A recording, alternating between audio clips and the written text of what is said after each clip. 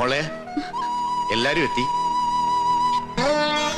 ഇനി ഞാനൊരു കാഴ്ച വസ്തുവായി നിന്ന് കൊടുക്കണം അല്ലേ മുത്തശ്ശ? നിൽക്കാം. ഒരു രാജപരമ്പരയുടെ തീരാ ദുഃഖം തീർക്കാൻ മണ്ഡപത്തിലും ഇരുന്ന് കൊടുക്കാം. പക്ഷെ ഈ ഗോപിക മോളുടെ മനസ്സ് മനസ്സിലാക്കാൻ മുത്തശ്ശന് പോലും കഴിഞ്ഞില്ലല്ലോ. അല്ല, ഇതാരാ? വരണം വരണം.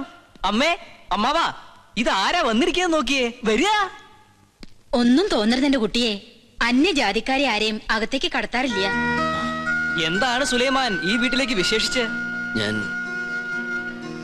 ഞാനും ഗോപിയും തമ്മിൽ ഇഷ്ടത്തില. ഓഹോ.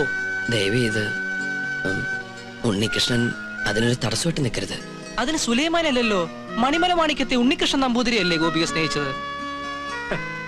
ഞാൻ പാടേണ്ട സ്ഥലത്ത് നീ പാടുക, ഞാൻ പൂജ ചെയ്യാൻ എത്തേണ്ടടുത്ത് നീ എത്തുക.